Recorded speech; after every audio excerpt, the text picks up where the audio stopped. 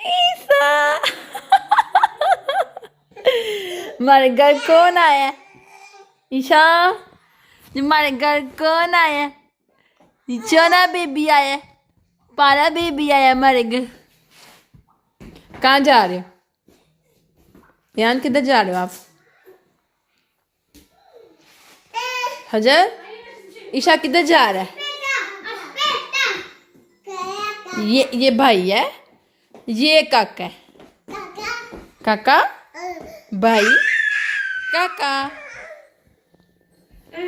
हजर पारी करो,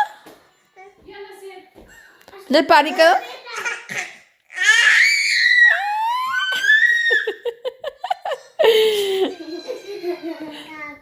काका काका वो है काका। हजर इस काके की पारी नहीं करनी? हजर इस काके की नहीं पारी करनी है आपने? कर लो पारी। फजर ईशा फजर इस काके की पारी कर लो।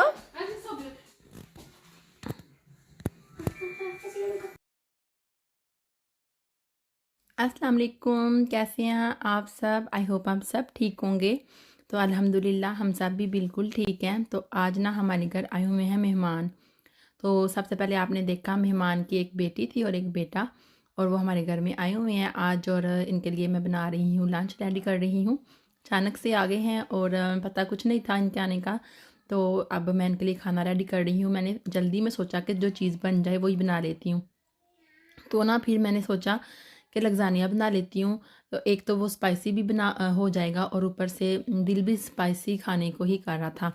तो खाली कीमा और मैं रोटियां बना सकती थी, लेकिन मैंने कहा लग्ज़ानिया रेडी रहेगा, अच्छा रहेगा।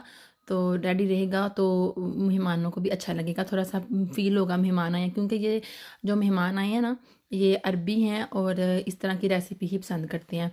तो खैर रोटी वगैरह ये लोग कम खाते हैं, ब्रोट वगैरह खाते हैं जो नान की तरह फूली हुई होती है ना, जो तुर्की शॉप से भी मिलती हैं मोटी मोटी सी, वो खाते हैं। तो हम लोग भी खैर वो खा लेते हैं। तो वैसे ज़्यादातर तो हम लोगों को पता ही है घर में जो रोटी बनती है वही खाते हैं। तो ये ना किचन में आके मेरे साथ हेल्प करवाने लग गई थी। तो मैंने कहा मैं ना कोटिंग कर लेती, आप कोटिंग कर रहे तो मैं वीडियो बना लेती हूँ। तो वो कह रही थी डू मतलब कि मेरे साथ वो इंग्लिश में बात करती हैं, वो इसलिए क्योंकि इनको मतलब उर्दू नहीं आती। तो ये मोरक्को की हैं, अरबी बोल लेती हैं और इटली में इटालियन भी बोल लेती हैं, क्योंकि ये इटली में ज़्यादातर रही हैं। उसके अलावा जी ये उर्दू बोलती हैं, उर्दू नहीं बोल सकती ना, इंग्लिश मोरक्को बोलती हैं और अरबी बोलती हैं और इटालियन बोलती हैं। तो खैर ये जौन सी थी ना बहुत बड़ी कुक भी हैं, क्योंकि ये ना इटली में ये बेकर भी थी, बड़ी सी फैक्ट्री में काम करती थी। आपने मेरा जो व्लॉग देखा होगा जिसमें मैं मेहमान बन के गई हुई हूँ ईद वाले दिन, इनके घर में जो सारी बेकरी थी इन्होंने तैयार की हुई थी, जो टेबल पर सजी हुई थी। तो वो भी वीडियो मैंने आपके साथ शेयर की हुई है, अगर आपने देखनी हो तो वो आप देख सकती हैं कि मैं इनके घर गई थी और सारा टेबल इन्होंने खुद अपने हाथों से रेडी किया था। और हाँ, यहाँ पे ना मैं आपसे एक बात करना चाहती हूँ कि मैंने ना पंजाबी में व्लॉग नहीं बनाने करने, क्योंकि मुझे सख्ती से मना किया गया है पंजाबी में व्लॉग बनाने से। पंजाबी मुझे आती है, उर्दू भी आती है नॉर्मली, मैं कोई इतनी एक्सपर्ट नहीं हूँ। बट पता क्या, मुझे ना मना किया गया है पंजाबी बोलने से, कि मेरे हस्बैंड ने मुझे बोला है पहले नंबर पे तो वो राज़ी नहीं है मेरे व्लॉग वगैरह बनाने से। अगर वो थोड़े बहुत मेरी खुशी के लिए मान गए हुए हैं कि मैं चलो थोड़ी सी अपनी एक्टिविटी करती हूँ तो मैं फ़्रेश रहती हूँ, तो वो कह रहे थे कि आपने बिल्कुल भी पंजाबी में व्लॉग नहीं बनाना। कल को आप आपके बच्चे सुनेंगे तो वो कहेंगे कि आप हमारी मामा क्या कर रही हैं, ये किस तरह की बातें कर रही हैं, ये क्या बोल रही हैं। तो फिर आपका मजाक बनेगा, आप फ्यूचर में आपके लिए ये अच्छी बात नहीं होएगी। तो आप इसको रहने दें, आप पंजाबी में व्लॉग मत बनाएं। आप उर्दू में बनाती हैं तो आप उर्दू में ही बनाएं। तो मैंने कहा था इससे ज़रा ये होगा कि लोग ज़रा हैप्पी हो जाएंगे, ज़रा मेरी बातें सुन के खुश हो जाया करेंगे। और पंजाबी इसलिए मैं बोलना चाहती थी, लेकिन वो हस्बैंड ने ना मेरी पंजाबी सुनी है तो उन्होंने मना कर दिया। वो अचानक से ना मैंने अपने पंजाबी का व्लॉग लगाया हुआ था तो मैं देख रही थी, तो वो ऊपर से उन्होंने आ गए एकदम से। तो उन्होंने मेरी 2 से 3 बातें जो सी ना वो सुनी, तो वो कह रहे थे ये नहीं आप कर सकती, ऐसा मत करो। तो फिर मैंने कहा ठीक है ओके, आपकी मैं बात मान लेती हूँ। फिर नहीं अच्छा लगता तो फिर आप ज़ाहिर सी बात है मेरे लिए सही सोच रही होंगी। तो फिर मैंने वो कह दिया आपसे कि यार सॉरी, मैं जो लोग मेरे पंजाबी के वो लोग पसंद करते हैं, जिन्होंने मुझे कमेंट भी किए थे कि आप पंजाबी में सही बात करिए, हंसा हंसा मतलब इंजॉय किया उन्होंने। तो यार सॉरी, मैं ऐसा नहीं करूँगी अब, क्योंकि कल को फ्यूचर में बड़े होके और मेरे रिश्तेदार रिलेटिव्स वगैरह देखेंगे तो हो सकता है वो मेरा मजाक भी बनाएं, तो इसलिए फिर मैं ये नहीं कर सकती।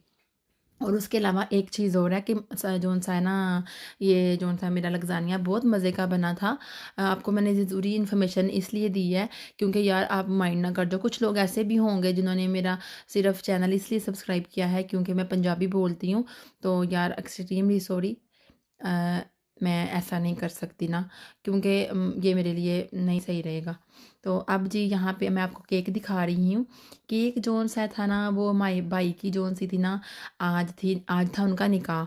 जर्मनी में भाई रहते हैं और उनका निकाह था, और उनके निकाह का जो हमारे घर में केक आया था वो मेरे पास ये वाला हिस्सा आया है, जहाँ पे उनकी जौन-सी है ना बेगम जो थी ना, उन्होंने नकाब पहना हुआ है, और वो ये वाला मतलब कि आया था हमारे लिए केक। तो अब इस केक को करेंगे मज़ीद कट, क्योंकि ये जो केक उन्होंने वहाँ पे काटा है निकाह की खुशी में, सारे मर्द हजरात वहाँ पे इकट्ठे थे, उन्होंने केक काटा है, और हमें भी लेडीज़ को भी इधर केक भेज दिया है। वो दूसरे घर में निकाह हो रहा था, वहाँ सारे जेंट्स थे और यहाँ पे जौन सी थी लेडीज़ थी, मैं और जौन से मेहमान हमारे घर में आए हुए हैं वो।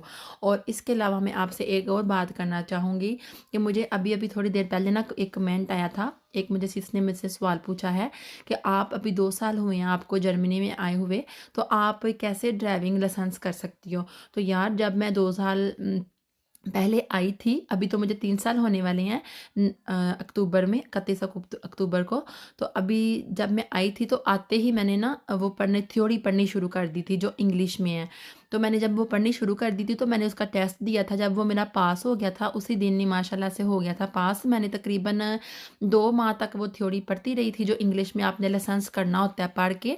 तो वो मैंने करके तो बाद में मैंने प्रैक्टिकल करना शुरू कर दिया। प्रैक्टिकल जो मैंने किया था उसमें मेरा काफ़ी ज़्यादा टाइम लगा था और मुझे काफ़ी ज़्यादा पे भी करना पड़ा था। तो उसके बाद फिर मैं प्रेग्नेंट हो गई थी, और प्रेग्नेंट होने के बाद फिर मैंने वो छोड़ दिया, और फिर से जब बेबी हो गया तो उसके बाद फिर से मैंने शुरू किया। बड़ा लंबा चौड़ा प्रोसीजर रहा है मेरे साथ ये, जिसके लिए मुझे अलग भी पे करना पड़ा है, मतलब क्लासेस के लिए क्लासेस लेती थी ना मैं। और उसके अलावा जी 8 घंटे की क्लास एक अलग होती है जिसमें आपको सारा ड्राइविंग का बताते हैं कि आपने ड्राइविंग करनी है, कोई एक्सीडेंट हो जाए तो आपने कैसे करना है, आपने सारा दिन उधर बैठे रहना जाके। तो वहाँ पे दूसरे भी डूच वगैरह के लोग होंगे। पूरी 8 घंटे की वो क्लास होती है, और एक दफ़ा बीच में ब्रेक होती है।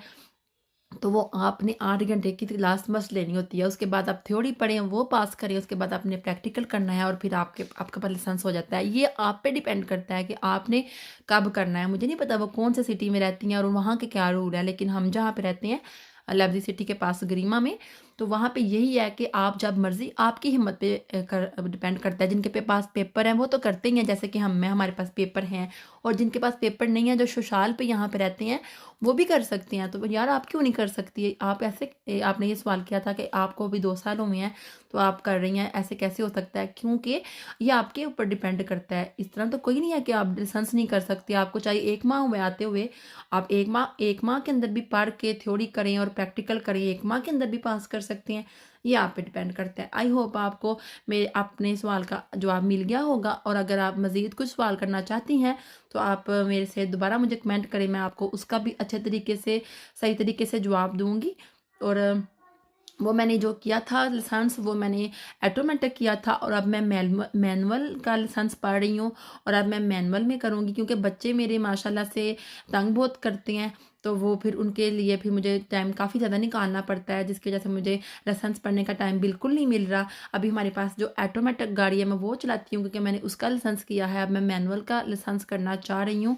तब मैंने उसको ईजी समझा था, लेकिन अब मैं चाह रही हूँ कि अगर मैं पाकिस्तान में जाऊँ और वहाँ पर गाड़ी चलाऊँ तो फिर मुझे मैनुअल भी आना चाहिए। तो चलें जी, मिलते हैं आपसे नेक्स्ट वीडियो में। टेक केयर, अल्लाह हाफ़िज़। अपना बहुत सारा ख्याल रखें और दुआ में याद रखें। मिलते हैं नेक्स्ट वीडियो में, अच्छी वीडियो में। टेक केयर, अल्लाह हाफ़िज़।